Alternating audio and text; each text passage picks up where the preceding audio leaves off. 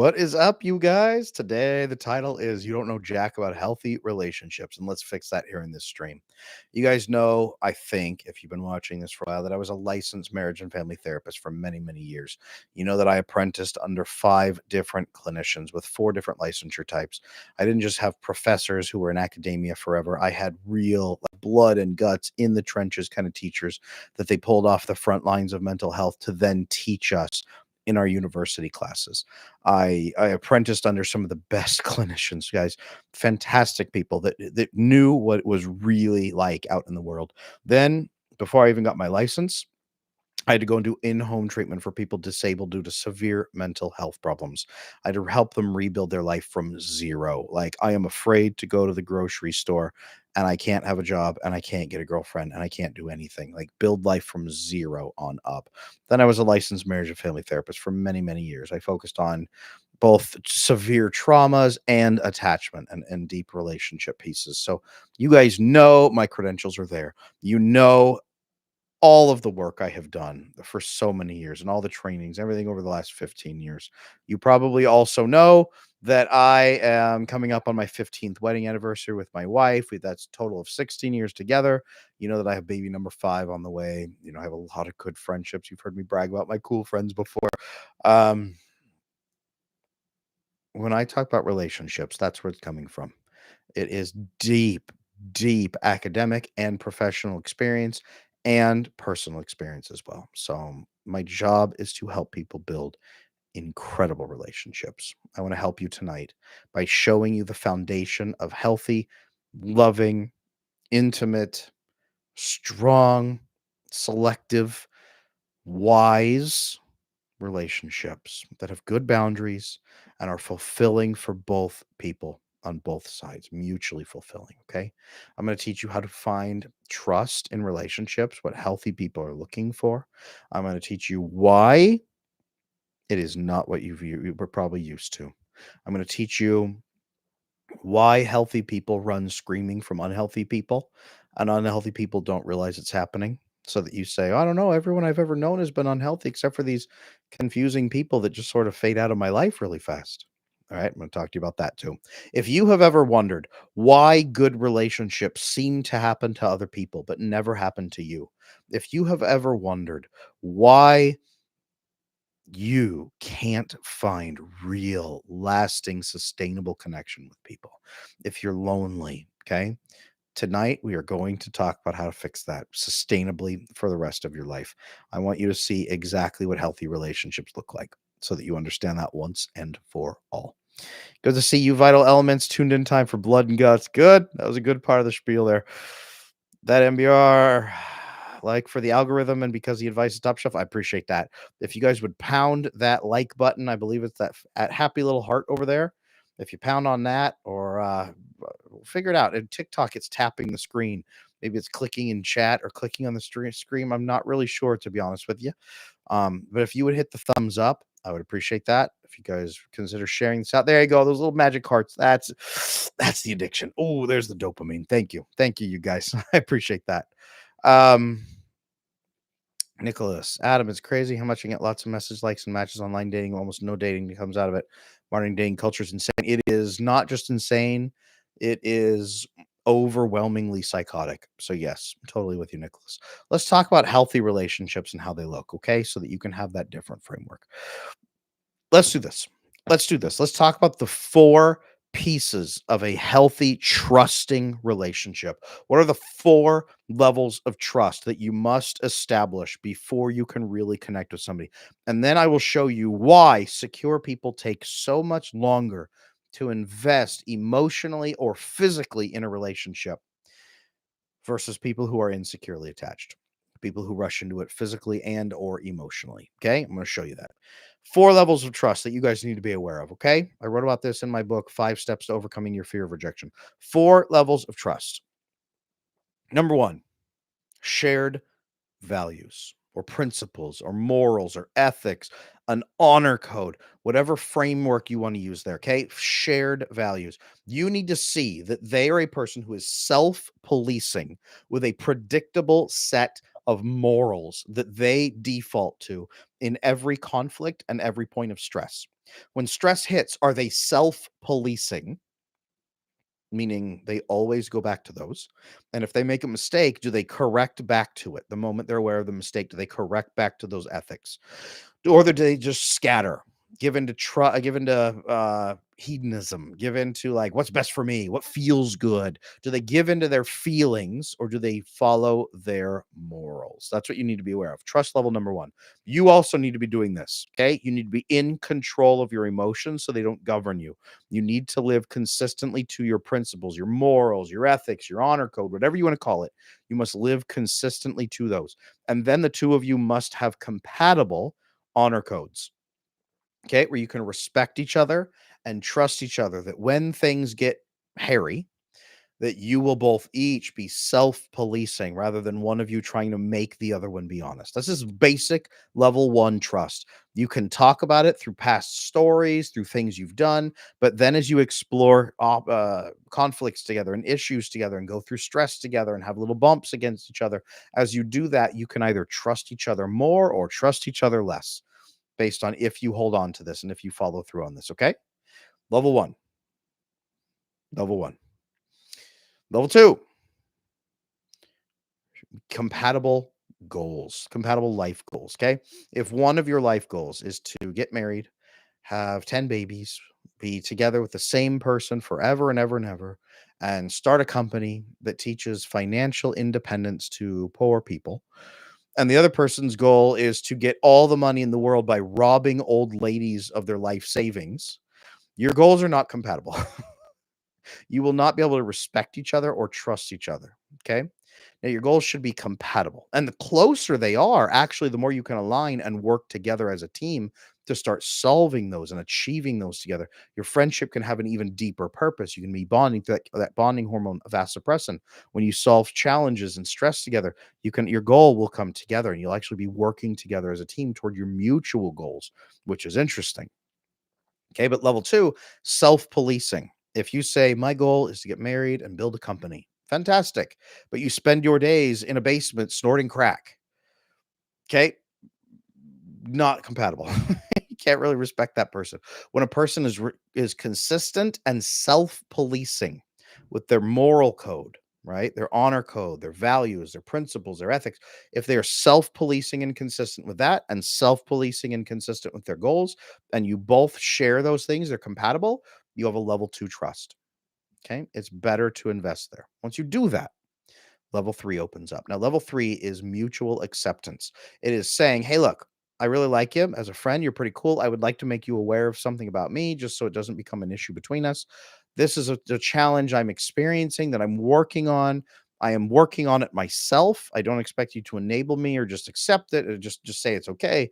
But if you see me doing this, call me out on it and I will correct it myself." Okay? Maybe it's I am attention seeking or I'm approval seeking sometimes. When I get stressed out, I default to anxious attachment or I default to avoidant attachment. I push people away. If you notice me pushing you away, call me out on that, please. I don't want to do that. Okay. Kayla, I appreciate you. Thank you so much for that membership. Oh, thank you so much. Keep in mind, Kayla and everybody else, members get chat priority. So if you have a question, Kayla, I will jump over and answer your questions as you got that. Let me know. You also just popped open some secret posts on my community as well. I give a lot of detailed tips on usually weekly on how to get through holiday stress, how to bond with people. Check out those exclusive community posts as well, Kayla. Let me know how I can help. But thank you so much for your support. I appreciate you. If you have a question, pop in. It shows up green, so I know to stop what I'm saying and jump over. Thank you.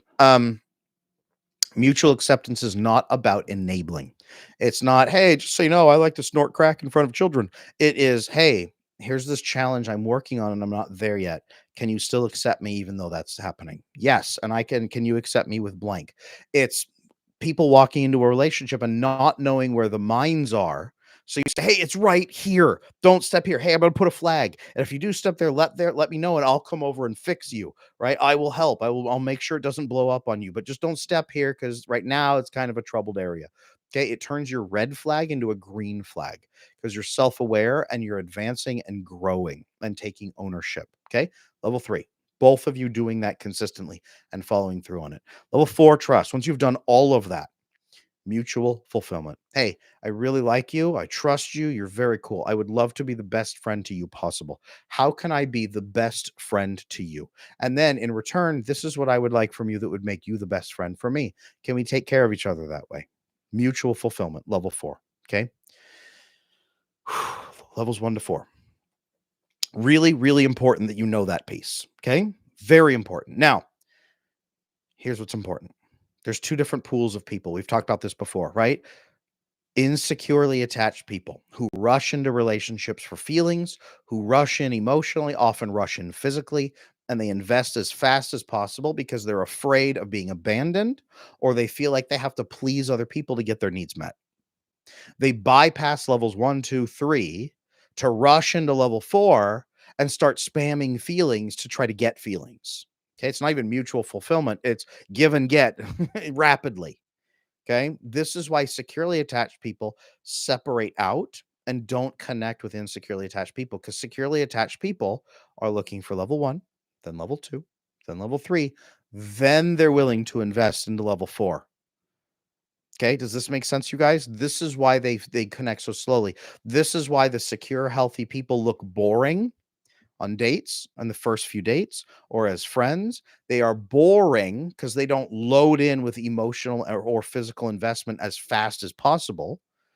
They ease into it looking for those first 3 levels of trust before they even open up to build mutual fulfillment. Make sense? Cool.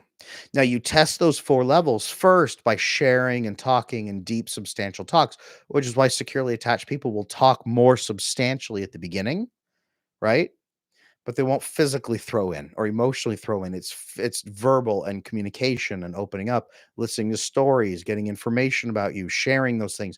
Very, very important.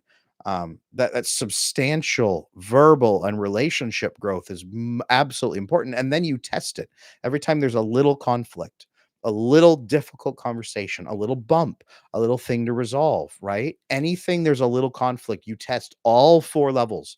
Does this person actually live to their values? Does this person actually pursue their goals? Does this person actually accept me? And do they actually share with me the legitimate problems they have? And are they actually working on them?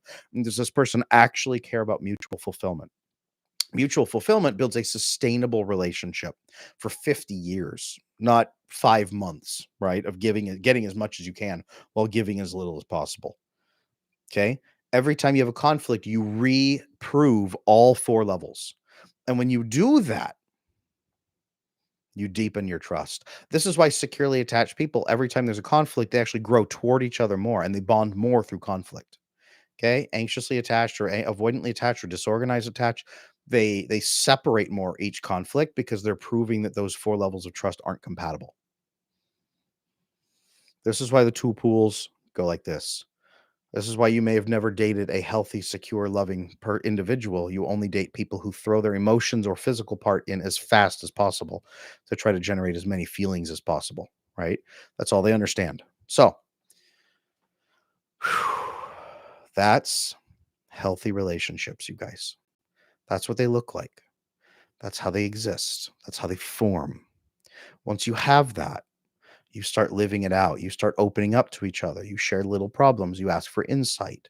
You ask for care. You reciprocate. You take care of each other. You each open up at different times about different things. You take care of each other. You reprove all 4 levels over and over and over casually, not like formally, but you reprove them over and over and over. Deep, deep, deep connection. That's how those deeper connections form. If you don't know how to do these 4 levels, that's okay. You probably didn't grow up in a family that prioritized them and made you feel safe enough to do them. Your family probably prioritized the feelings. You were expected to provide feelings on demand for your family. It wasn't about trust, it was about feelings. It wasn't about mutual or consistent values or principles or ethics. It wasn't about mutual consistent goals. It wasn't about shared acceptance and personal accountability. And it wasn't about mutual fulfillment. It was about getting as many good feelings as possible. Okay? Really, really important that you understand that. So you can grow from this. If you're sitting here saying, Adam, I'm never going to be able to be in a healthy relationship ever for the rest of my life. Yeah, you can. Yeah, you can. I teach people day and night how to do this, you guys. Um, it's very doable. Very doable. This is called attachment. This is the difference with attachment, you guys. I teach attachment theory, and I know it sounds academic, and I know it's like, yeah, attachment. But this is attachment in practice. Being able to build the 4 levels of trust requires more secure attachment. When you have insecure attachment, you cannot build the 4 levels of trust. You cannot build secure relationships, which means you cannot have a secure life. You have no trust with anybody, and nobody will trust you. When you build secure attachment, you have deep, abiding trust, which is wonderful with the right people. So your life gets so much better. Secure life, secure relationships, they go hand in hand. Okay. Um, Brief commercial on this. It's New Year, New Me. I'm running a sale on coaching and on my course. I have that on my webpage, adamlanesmith.com. Check it out. If you're looking for personal coaching, now is the time. If you want to take a course that shows you how to become secure, that course right now has also got a big discount on it. So check that out. I can grab up a link if you guys need it really quick. Um, this this is the difference with unhealthy relationships and healthy relationships. Okay.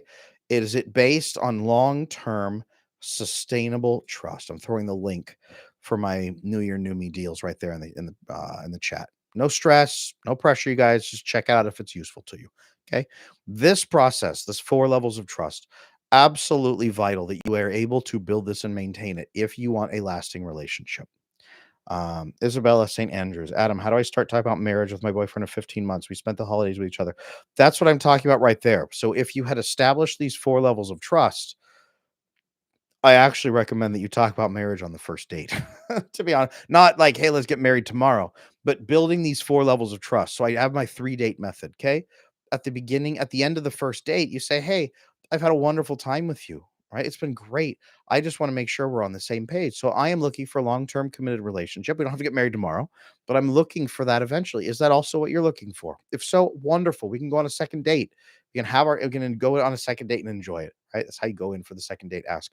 If not, that's cool. We'll finish our dinner. We'll high five. We'll go separate ways. So, what are you looking for? I encourage people to do that on the first date. By the end of the third date, you say, hey, you know what? I've had such a wonderful time with you. I'm getting to know you. I really feel like a connection with you. So, what do you think about becoming exclusive and heading toward a committed relationship and building toward marriage? Do you think that's something we can do? Right? Guys, I got engaged with my wife at 2 weeks. Because I knew. I was like, "You are excellent. You are a catch. I'm not letting anyone else take you. I am going to marry you. So please marry me." 2 weeks. We waited till 11 months, then we got married, right? And 15-year wedding anniversary is coming up. 15-year wedding anniversary and baby number 5 is due on the exact same day. Pretty cool how that worked out. So this stuff works. So Isabella, the best time to talk to your boyfriend of 15 months about marriage would be the first date. The second best time would be the third date, and the third best time would be now. And the conversation should be, "Hey, you know what? We're getting deeper in this relationship. It's really time that we get clear.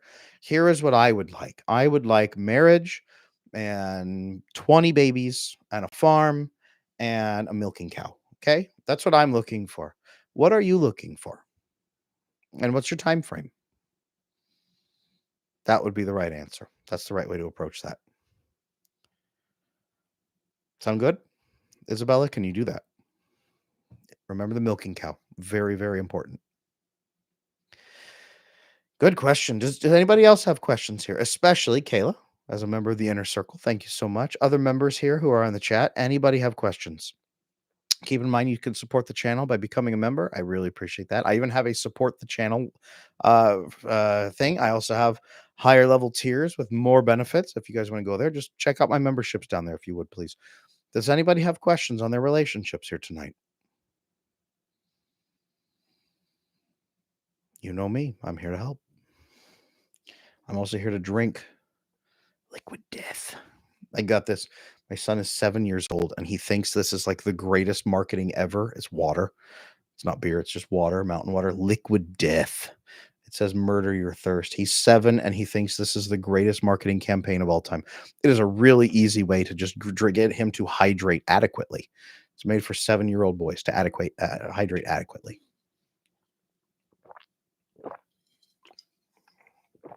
Clans, I see you there. Good to see you tonight. All right. Healthy relationships. Where do we go from here? So you weave this in with dating. Okay. The what are your thoughts on being friends with an ex? Don't. Like, in the vast majority of cases, there is no reason at all to be friends with an ex. If you split up, it's probably because you're not compatible on your life goals, or more likely, you're not compatible on that level one trust of shared values. So you don't even have a level one trust, and you're just trying to hold on to a relationship that meant something because you're afraid of being lonely. Unless you are co-parenting together, being friends with your ex is almost always a terrible idea, especially because eventually both of you are going to have new partners, and those new partners are going to have to trust your other partner. They don't just have to trust you, your new partner has to trust your ex, which is really awkward to put somebody into. Just going to let you know. I have very rarely seen it work out well to be friends with an ex. People who want to be friends with exes usually have the most broken attachment is usually what it is. And they're usually the most desperate for friendships and relationships. They can't let go.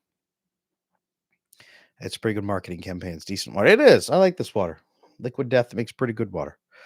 How do you know when it's time to date again? When you are not going to show up on the first date talking endlessly about your ex or how lonely you are, and if you are able to manage your anxiety levels enough that you can show up and be genuinely curious about the other person and generate an honest, authentic conversation with them while getting to know them by asking questions. That's how you do it, Nick. When you can do that, you can date again. What if you've been friends for years but feelings emerge? How to address? You need to figure out if those feelings are even possible to be mutual and where those feelings are being generated from. Are they coming from actual desire or from loneliness? Be aware of that. And if it's actual desire, then and if the other person is capable of reciprocating them, you may want to pop open and make the question and have that question. I'd like to know what it means if I lose interest after the third date every time. I have this issue and actually decided to date someone. There isn't a red flag. Brain starts rationalizing why it won't work. I've never had a relationship. 25th. Sydney, McKenna, male or female? Please let me know. Are you male or female? I should say, because there's a different reason that it actually could be each. So let me know if you would, please. How much do I have to get my before I can seriously consider entering a relationship? Metaverse Mike. Depends how old you are, right? If you're 25, different from 45. But generally speaking, be at a place where if you looked objectively at yourself as a third party, you could respect yourself. Make sense? You don't have to have $20 billion in the bank and be ridiculously jacked with 20-pack abs. Be at a place where you can respect yourself and you are relatively trustworthy. That's what's very, very important. What kind of question to not blow up status quo? With the other person, I mean, Vital, it's really hard to say, "Hey, I have a long-term friend and now I have romantic feelings for them and I want to take a shot." You're either gonna take a shot or you're not, and they're gonna know that you're taking a shot. So you're gonna have to decide, is your desire for them strong enough and you believe it's a good enough shot that you're willing to take the shot? And do you have other friends that if you screw this up, you're not going to be utterly alone? That's also the thing you need to be aware of. Okay? But if you're gonna shoot your shot. Don't half-ass it. Female, Sydney. Okay. Kayla, I see you. I'm going to get to you here in just real quick. Let me finish with Sydney. Thank you for being patient. Sydney, after the third date, your brain starts telling you all the reasons it won't work. Or if you're are you physically intimate with people after the third date, or are you not physically intimate after the third date? I won't even ask you. I'll just put that there. Kayla's still typing. Totally cool. That's giving me time. Thank you. Sydney, if you are getting physically intimate but then backing off, a lot of times what I see happening is what you're describing is either avoidant attachment style in a woman of running away from the emotional bond that is forming. Sometimes it's oxytocin phobic. Look up oxytocin. And sometimes, more often, it is disorganized attachment style. What is sometimes called fearful avoidance style, sometimes called anxious dash avoidant attachment style. It is not borderline personality disorder, but when you look up symptoms, you're going to be like, oh my gosh, I have borderline. It's a very light. It's an attachment issue. The extreme, overwhelming, controlling version can be a borderline attachment, a borderline personality disorder. Um, I wouldn't worry about that right now. I would focus on you're afraid of intimacy, you're afraid of getting hurt, you're afraid of being vulnerable, you're afraid of getting wounded, you're afraid of being abandoned, you're afraid of getting trapped. You are afraid, so you're actively running away. So your brain shuts off interest on purpose to protect you. Okay, that's an attachment issue. It can be fixed. The place to fix it usually is friendships first. It's too much to fix it in romance first. Build emotionally intimate and calm and stable friendships that really heal you. And then the pressure in the romantic piece will be much lower and your brain chemistry will be a lot better. 100% brain override button. Adam links with them. There you go, Cleanza. I love it. I love it. Park, can you share practical tips to avoid getting attached to someone too early? First 6 months from the POV of a man. It really depends what you mean getting attached to somebody too early. Like I said, I proposed to my wife at 2 weeks. It's not about getting attached too early. It's about leading with your feelings before doing the first 4 levels of trust. Do the first 4 levels of trust first, Parth, and focus on them and prioritize them. That's why I laid them all out throughout this video. If you didn't watch them or you weren't here for those, go back and watch the replay. 4 levels of trust are what you must prioritize instead. Okay. Alicia just joined. How soon is too soon? Ask the deep questions. Not soon enough. As fast as you can, right? For second date, start asking deeper questions. Alicia, go back and watch the replay of the beginning of this. You'll see the 4 levels of trust. Those are formed through the deeper questions. More securely attached people often ask the deeper questions earlier on so they can get to know who you are. Kayla, I still see you up there. When you pop back in with a question, you get priority. All my members get priority, you guys. If you want to support the channel, check out the memberships. Um, I recently asked 2 girls for the numbers. I stated my intention at the beginning. Yes, they were overwhelmed. Both did give me their numbers and said they wanted to be friends. I kindly declined because I do have female friends. I believe their intentions for friendship were a polite way of saying no. That's interesting. So you went out, you asked, and they said, "Here's my number, but I only want to be your friend." It's interesting. Very interesting. And they were overwhelmed. Where did you find these women? Let me ask you that. Was this like at the gym? Was this like where was it? Where did you find them? Kayla, I kept going back. Uh-oh. Let me scroll up and read your thing. I ended a relationship for the third time. I kept going back despite my misgivings. He wouldn't work out. He won't work out. He was nearly perfect in values. Our future outlooks were different, not irreconcilable. The reason I finally gave up is because we could hardly talk about anything. He would give very short responses. I hear you, Kayla. Was he giving short responses because he's what's called laconic, where he's just here, answer, answer, answer? Some men do that. They just give short answers because they don't understand that you want context. Other men give very short answers because they're being very guarded and secretive, and they don't trust you with information or context, and they are shutting down the conversation to avoid conflict. Which one was it? Did you ever call him out on that?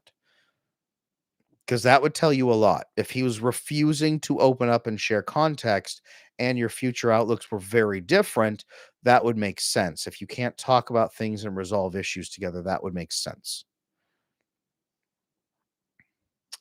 I think they were overwhelmed because they was forward in a respectful way. One was at work. It's interesting that they still gave you their numbers. Usually they would, what most women would politely say, "I'm sorry, I can't give my number to anybody at work," things like that. So that's really curious. Um, they could be very guarded. It depends. I mean, what city you're in. Um, yeah, cold approach is the worst approach in the entire world, to be honest with you. Cold approach is the absolute worst way to ever connect with any woman ever.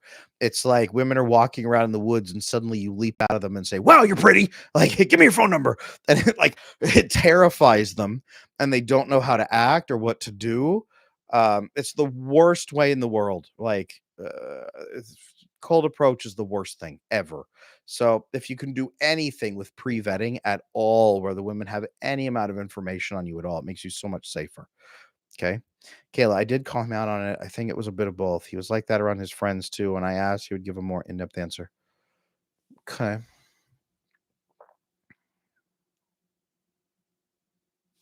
Well, um, what question do you have? How can I help you? What question do you have for me before I just start opining on your relationship? What question do you have?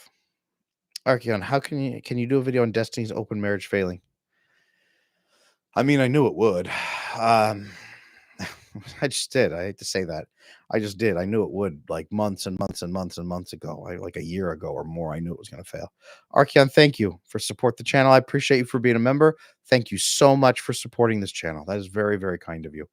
Um, yeah, I yeah, I knew that marriage was doomed. I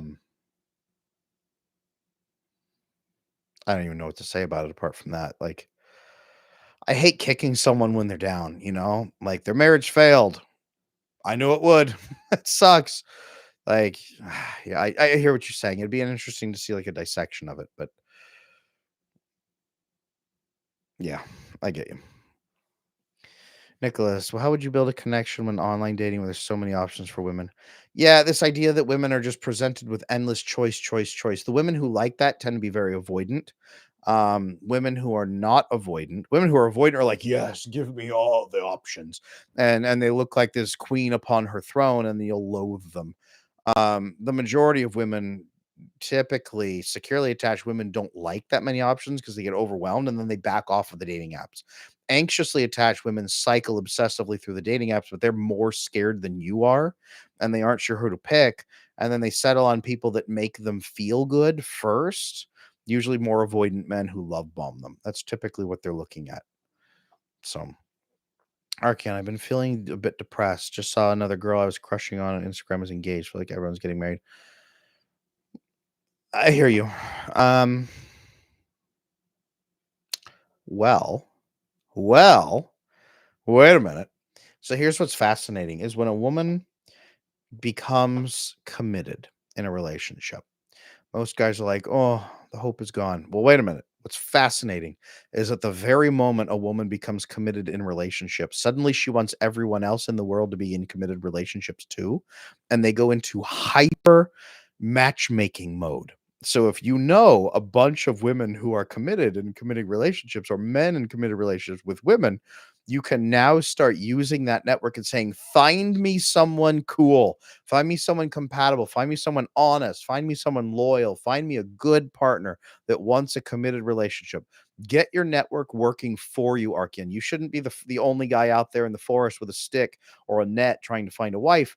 You should have an army of women with nets trolling the forest for you for a wife, if you know what I mean. There's an image for you. Um, the more connected, committed women you have in your life and men that with women that you have in your life, the more your army grows. Leverage that. Leverage that. Yes, Nicholas, here's my advice. Ask actual questions. Yes. Guys forget to ask legitimate, deep questions that show curiosity about the woman as a person. And they try to lead with interesting facts and statements to be entertaining, and you're only going to appeal to dopamine women, and non-dopamine based women are not going to be interested. But engaging women in deeper conversation, like a legitimate human conversation to get to know them and be curious about them, is refreshing because most guys don't do that. Most guys don't do that. 100%. Really good advice, Sydney. Yeah, actually, your advice there is solid. I like that, Sydney. How to make oh, Kayla. Priority. Good question. Did I make a mistake in continuing to go back multiple times? What does that say about me? Feel free to call me on my how can I help them out more? Um, it sounds like he was really low on emotional intimacy. Probably he was very low on oxytocin, which is more that spontaneous openness and spontaneous sharing, spontaneous display, great communication. So he probably had very terrible communication skills. Possible he was on the spectrum. I'm just throwing that out there because it's always a possibility. Um, but it sounds like his communication was very poor. When you would poke and poke and poke, he didn't go out and learn how to do it. He just sat there. So he wasn't proactive in meeting your needs. It maybe doesn't sound like a bad relationship. It just sounds like he wasn't very proactive and he wasn't very emotionally engaged. Okay, so it depends how he took the breakup. It depends how that worked. You were telling him consistently, you broke up multiple times, that this was really unsatisfying, and he didn't take that seriously. He didn't go learn about what you need. He didn't say, okay, tell me what you need. Tell me how we can fix this, and then start fixing his communication style. Not like a simp, but like, hey, let me actually feed you the way you need to, and then you can also feed me the way I need to be fed, right? That's mutual fulfillment in a relationship. So it sounds like he wasn't doing that. It sounds like the emotional intimacy probably would have been pretty low in the relationship. It kind of is what it is. But it sounds like there were good qualities there. So lack of compatibility is what it sounds like, but not like bad people. And again, if he wasn't willing to make those changes to meet your emotional needs, that's okay. It just sounds like not a good match. It doesn't sound like you did anything catastrophically wrong. How do I make pre-selecting easy for me? Vetting myself. How do I do it when I don't have a community around me? Get a community. Get a community. It is an irreplaceable resource. It is proof. It is social proof. It is vetting. Imagine if you just stumble across some random web page on the internet that says, I like helping people. I'm a coach. Hire me. There's no information on there. There's no social proof. There's no reviews. No one has ever heard of this person. And the price is $10,000 an hour. Okay. Now, imagine you stumble across the same website and it's like army of people on there posting about the amazing results, life-changing results, right? You see like the president of the United States, like this is the greatest coach in the world. You see like all these top people like posting this was incredible. You see all these respectable, admirable people, good business people, like Hollywood celebrities. This is the greatest coach. Now are you a little more willing to spend the money? Right? Social proof is everything. And if you don't have a community, your social proof is actually that you are incapable of maintaining relationships. So it's actually the opposite. It's not neutral, it's negative, vastly negative. Think of it that way. Cool.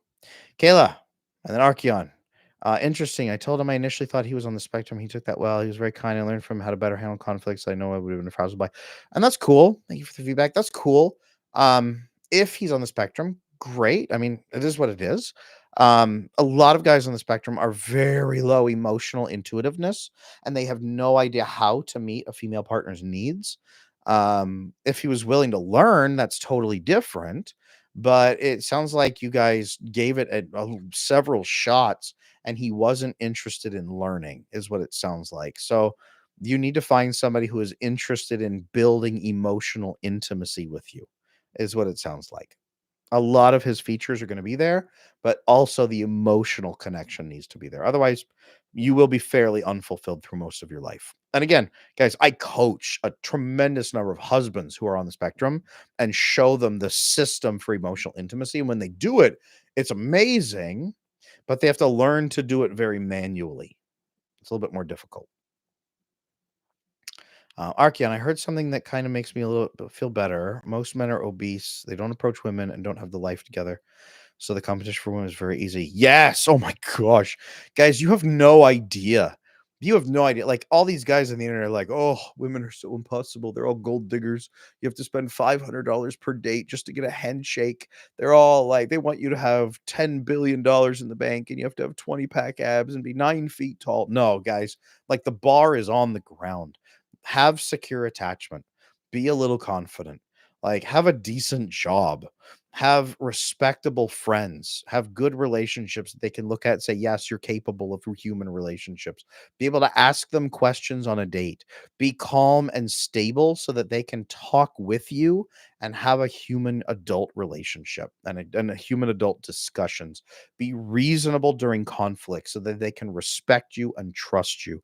You are instantly in the top 10% of men. Just instantly. Like the competition is low, you guys. The bar is on the ground.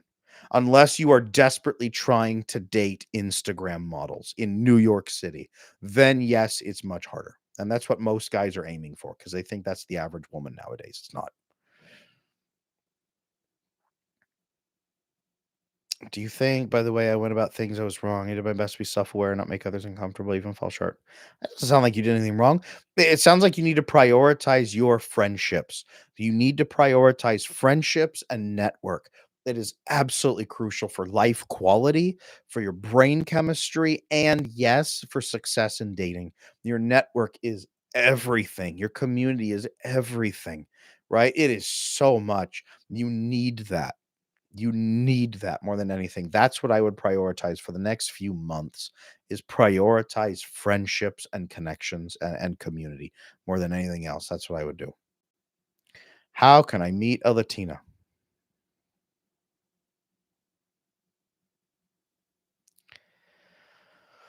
Well, fly to Mexico. I mean, uh, fly to Mexico, cruise the apps, right? I mean, you're not going to find one on Amazon, but I mean, cruise the dating apps. There's a number of ways to do that, but why specifically? Can I ask why specifically? Go to Spanish mass at a Catholic church. Plenty of Latinas there. I mean, it depends what you're looking for. So, why do you think Gen Z is so commitment phobic? Because they've never seen a functioning family system, and all they know is pain, and all they know is getting trapped, and all they know is being judged, and all they know is attachment issues, and they are terrified of getting hurt. That's why. Okay, I wanted to buy one of your courses. I realized I need to focus my money on the gym. I go every morning. It's greatly improved my mental health. Cool. That's awesome. Uh, I have the attachment boot camp video course that fixes your attachment in 10 clear steps. It's on sale right now for New Year, New Me. If you want to pick that up, that is like 6 months of personal training for your heart and brain. You could do that. It will help. I'll lay that out for you, Archeon. But gym is also good. I hear you. Just make sure you don't neglect the brain and the mind and the heart.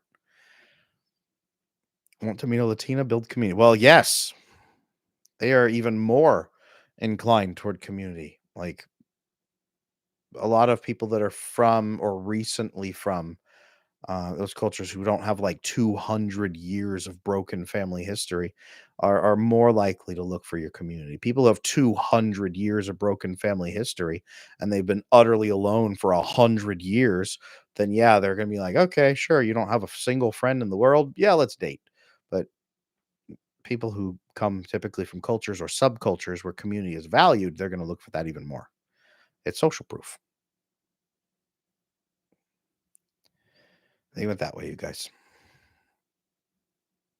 Is there an emotion focused class? That would be my private Discord server, the Attachment Circle, where I teach in 8 group coaching sessions every single month, twice a week over Zoom, um, on different topics on how to improve your relationships. I take personal questions in there. So, yes, that would be an emotions focused class.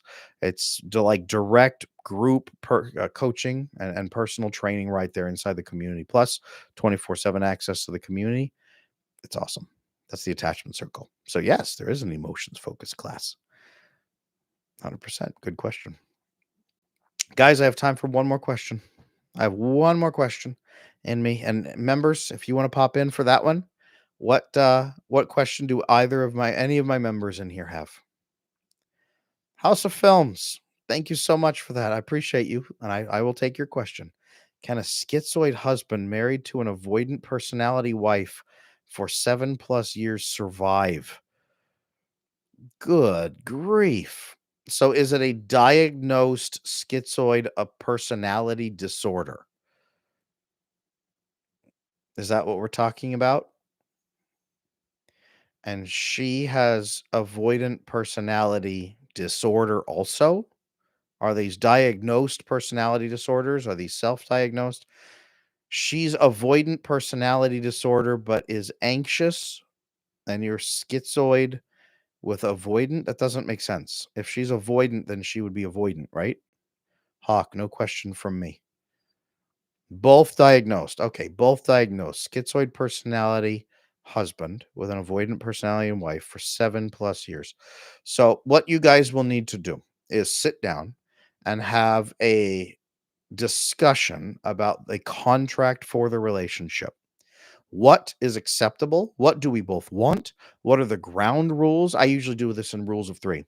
What are three positive things each of you needs to see in the marriage, right? Honest communication, prioritizing children, financial stability, respect, resolving issues quickly, high sexual intimacy, high emotional intimacy, weekly check-ins, things like that. Whatever it is, three things each of you must have in the relationship. You'll recognize you probably are fairly close. That will give you six core elements to a thriving relationship. Then weekly check-ins on how are you feeling in our relationship and how can we make things better for you in the next week. What can we do to help you in the next week? Those are really good pieces right there. Build a verbal contract for the relationship so you both agree to what you want, and then have weekly check-ins to fine tune you back and catch issues, excuse me, when they're smaller. Keep doing it that way and manage the issues that way. That's what I recommend, Hausa. Do it that way. That should work. Sound good? I hope so. Archeon, any advice particularly on people who have autism? Are there resources for people on the spectrum like me for adults? Really tough. I end up doing a lot of training in my personal coaching and in my private coaching community, for people on the spectrum, just because the biggest thing you need to know is that most of the pieces won't come to you intuitively. So you just need to learn a lot of the relational pieces manually, and then you will do incredibly well, most likely. Most of the time, people on the spectrum just need to learn the manual systems for how relationships and emotions tend to work. Once you do that, it clicks beautifully. No other questions. You've been great. The group of really good questions tonight. Thank you, Kayla. Thank you, Archeon. Thank you, Hawk. Thank you, Hausa. I appreciate you. Hausa, make sure, okay, three core things from each of you. Make a contract with those six. You don't have to sign it in blood.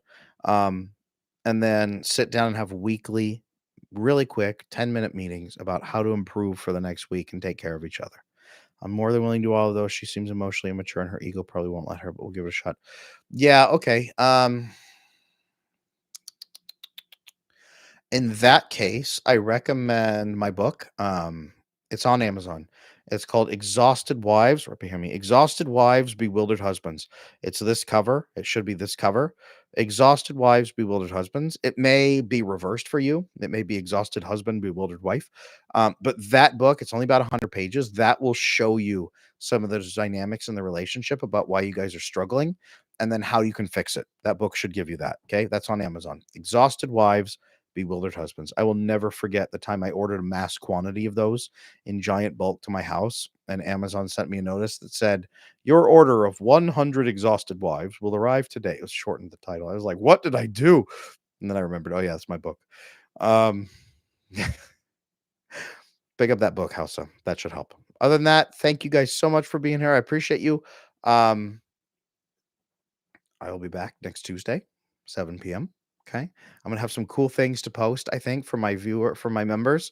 I post behind the scenes stuff. I'm gonna have some cool behind the scenes stuff that I should be able to post early next week. That will be very, very interesting. I think you'll have a fun time. Thank you so much, Oliver. Good to see you too. Good to see you, Cleanza. Good to see everybody else. Take care of yourselves. I will see you next week.